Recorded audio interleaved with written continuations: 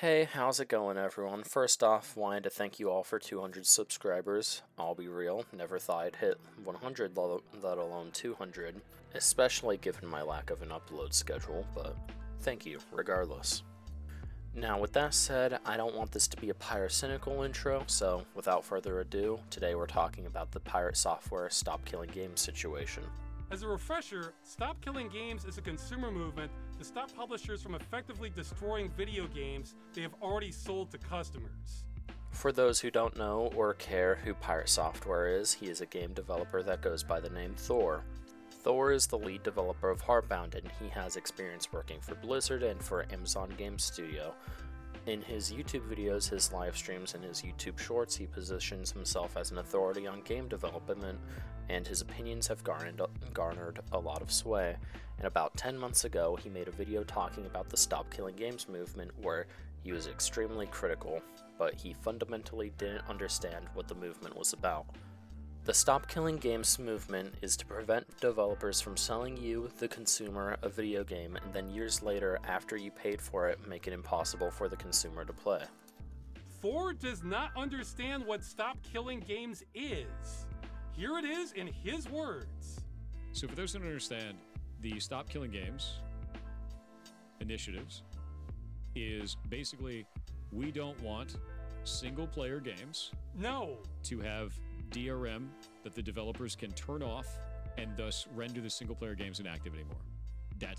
This is what they want to change. They need to be specific that they're talking about single-player games that do not need a server to support them.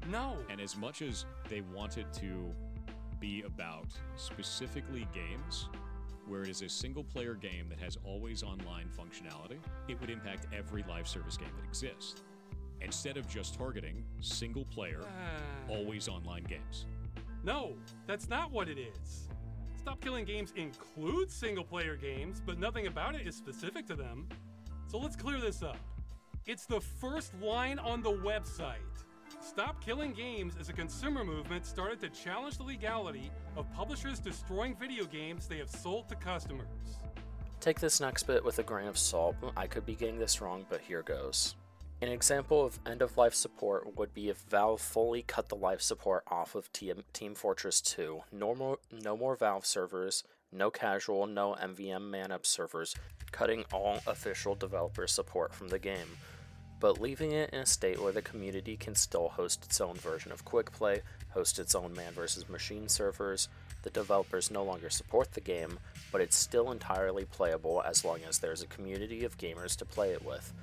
According to Thor, any multiplayer game would need to be rebalanced and retooled to be entirely single-player.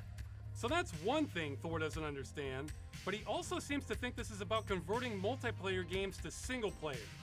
Once again, he made that up, and I have no idea why he thought that. Transitioning an entire multiplayer server-side game into a single-player video game, which means rebalancing the entire experience around single-player, rebuilding everything in the entire game. How are you going to do that with Final Fantasy XIV? You're just going to make all the raids soloable? Imagine the day that World of Warcraft shuts down, and suddenly you have to make it a single-player game for every individual that ever bought the game. That's what they're asking for. No. Because they would have to sunset live service games as a single-player experience. The idea that suddenly you need to make every single live service game playable single-player offline? No, dude. Correct. No. Now, all of that is done and dusted. I know I didn't show this clip, but the reason why Ross didn't respond to this until 10 months later is because he didn't want to mire his initiative with bullshit YouTube drama, which in my opinion is a great thing. He's trying to keep the purpose of the movement clear and doesn't want to bog it down with the back and forth, but here's the real reason I wanted to cover this. After Moist Critical made a video covering Ross's response to Pirate Software, Thor responded on Twitter and, well, let's just get into it. I've been reading through all of the posts against me over my stance on the Stop Killing Games initiative. Tons of people calling me a liar or that I misrepresented the initiative. Also lots of content creators dogpiling on this to get their pound of flesh. Let's dig into what I actually did and said. I put out 2 videos on August 6, 2024 and August 7th, 2024. These videos are linked to the bottom of this post. Many people have not watched them and are just calling me a liar or attacking my character. Give the videos a watch and read the initiative itself. Make a conclusion that you aren't copy-pasting from social media. Monetization on these videos are disabled, so no, this is not some ploy to increase revenue. I just care about the subject and have rightful concerns as a person working in this space. In the first video, I go through what an initiative is, how it's not law, and how it's a starting point for this entire process. This helps people understand that this is to start the conversation for change and can adapt later. I then go through the initiative and some of its goals from the official page for it. Then I talk about the repercussions of them. Shouldn't they be implemented as written? All games need to be left in a functional, playable state. Next, I bring up the crew and walk through the business and its sequels, the size of the player base at the time of Sunset. I did this because it was called out by this initiative as an example of publishers destroying a game. I also harshly critique Ross Scott's wording in his videos because they disparage the lawmaking process and lawmakers, which doesn't benefit players or this movement in any way. In the second video, I talk about potential scenarios where a studio could be abused if the initiative was implemented as written. It adds new paths for abuse, and that needs to be discussed to help hone this initiative into something that would do good without doing harm. I then explained that very few people in the game development space can actually discuss this from the other side due to fear of losing their job. A studio is much safer in silent dissent than they are discussing the drawbacks of your ideals. The recent attack on our games is obvious of this. To recap, my main issue with this initiative is that it's broad in its approach to change the industry. The exact language of the initiative, not the FAQ, requests that all games stay in a functional, playable state. That is not feasible for all games at a technical level and could potentially restrict developers from making online-only games like MMOs, MOBAs, and user-generated content games in the future. That list is not exhaustive, and it doesn't matter if you do or do not like those kind of games. Effectively, this has the potential to restrict future developers from making kick-ass experiences because it locks a weight on their designs. Even though this is an initiative that can change in the future, this goal is core to the mission and deeply disruptive, so it needs to be called out. Let me just cut in for a moment. As long as the developers hand over the code to the player base, and it's entirely feasible for the players to make their own servers to play on, the game would be left in a functional, playable state, so I don't understand what the problem is.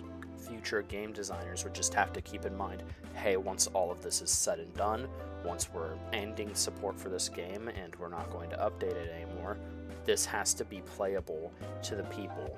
Be that with a legacy server that they keep running, be that through player-made servers, it doesn't matter as long as the game itself is playable. You could future-proof your game design so then, let's say you're playing an MMO offline, for example, you could have bots help you in raids, and then it would be set to the easiest difficulty so then you could still experience story content. That one might be more unrealistic. I'm not really an MMO player, so you'd have to let me know if I'm wrong in the comments, but that's at least how I'm interpreting this as a layman.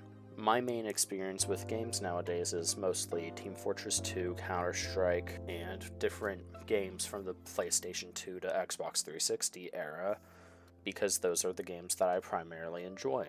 I don't enjoy many modern games, but that's just a me thing. That doesn't mean that the games should be left in a state that are unplayable, right? Back to Thor's post. To clear up some disinformation about my character, I left AAA in 2016 because I fucking hate how the industry is now and I prefer indie entirely. I don't like Blizzard, or I would have stayed working there, that's why I quit. That's the entire point of fuck AAA and what many studios have turned games into. Outside of that, I am no longer financially supported by live service games. I make a single player RPG and am director of strategy of off-brand games. In that position, I am paid minimum wage by my own decision because I care about games succeeding, not about profiting off of them. To further this, the games that we're publishing are all playable offline anyway, because the gameplay loops are not only based on inter-player interaction, not all games are like this, and not all games can be like this. No, I have not been running away from discourse on this. I talked about it for around 8 hours on stream yesterday. I never took my videos down and have not discussed the initiative in the 10 months it's been since I released those videos. My internet died mid-broadcast, so I had to go live again 30 minutes later, thanks ISP. For those that will scream, "He's doubling down!" Yes, damn, well I am. I give a shit about this initiative and what it means for games, developers, and players in the future. To finish out, just because I don't support this doesn't mean you should blindly follow me, and just because I said pretty words on the internet, you also shouldn't blindly bash me because some other creator said so. Watch the videos I put out, read the initiative for yourself, apply critical thinking, and don't outsource it to others. Which people should have done when they were watching Thor's videos, but whatever. Just talk to Charlie and Josh Strifehaze for a bit in DMs. If you're mad at me for being a dick to Ross, I get it, and I'm sorry for that. I should not have lashed out, but I had an emotional response due to how important this subject is to me. On the developer side, I have been in a constant battle with people online for nearly a decade trying to inform them how difficult it is to make and release video games. The idea that any of these technical hurdles are easy to overcome, would be simple to implement is the exact kind of thing I've been fighting when I bring up the issues with leaving online-only games in a functional, playable state. After sunsetting, I am always met with responses diminishing the effort needed to do that. This is not a simple hurdle to overcome, and is exactly why I don't like this initiative. You can't leave these challenges up to a figure-it-out mentality, and you can't diminish the work on the dev side just because you want it your way. Stepping in for a moment. Boo womp. It doesn't really matter if it's more difficult to implement it, it's the right thing to do, at least in my opinion. If I am spending $60, $70, $80 on a video game, it shouldn't just be assumed, oh, this is a live service game, it's going to be cut off. Oh, you spent $80 and you want to play your favorite video game, but oh no, it's multiplayer and it's live service. The servers have been cut off 5 years ago. Eat shit. Like, I spent $80 on that and I can't do anything? That's shitty. That's anti-consumer. Frankly, I do not care if it's more difficult for the developers to have to work around this limitation, quote unquote. Let's say you have a video game on the PS4. It was PS4, Xbox One, PC. If the developers are no longer making money off of it, I feel like they should make it available on PC for free. You shouldn't have to pay for it again. And they should have something on their website or in the Steam description that explains, here are the tools to host your own server, this is what you need to do. And it should have a disclaimer saying that there is no more official matchmaking. You'll have to play through player-made lobbies and servers. Anyways, with that said, I'm not going to read through the rest of Thor's post. I'll put the rest of it on screen, you'll be able to read it, and I'll end on my parting thoughts. This video is basically me compiling my thoughts, and I am a fucking moron. Maybe what I'm saying is completely unfeasible, but if it is unfeasible, then call me crazy, but certain games shouldn't be designed that way. Sure, it's a limiting factor, but frankly, I don't care. Games should just work. If I purchase a game or spend money on a subscription, and I've supported this game for years, then I should be able to play it after the developers stop wanting to support it. I don't think that's an insane take. If I'm remembering correctly, 13% of games media has been preserved. 13% of what the industry keeps trying to tell us is art is being preserved. If it means certain types of games can no longer be made anymore in order to, bring those numbers up, then I don't think that's a bad thing, personally speaking. I have a PlayStation 2, a GameCube, a Wii, all sorts of different consoles that I can just take a disc, pop it in, boom. And once that hardware is failing and once the discs start crumbling, I can go and I'll emulate these games. What am I supposed to do with an always online video game? I can't just rip the ISO off of the disc anymore. It's not even on the disc anymore. Servers are down. There's nothing you can do. There's no way to host your own server, make your own community of people who are interested in the game. That's dog shit. Clear and simple, that's dog shit. It's just incredibly frustrating. With that said, I think I'm going to call it here. If you like the video, like it. If you dislike it, dislike it. Subscribe or don't. I don't really care. Have a great day and take care of yourself.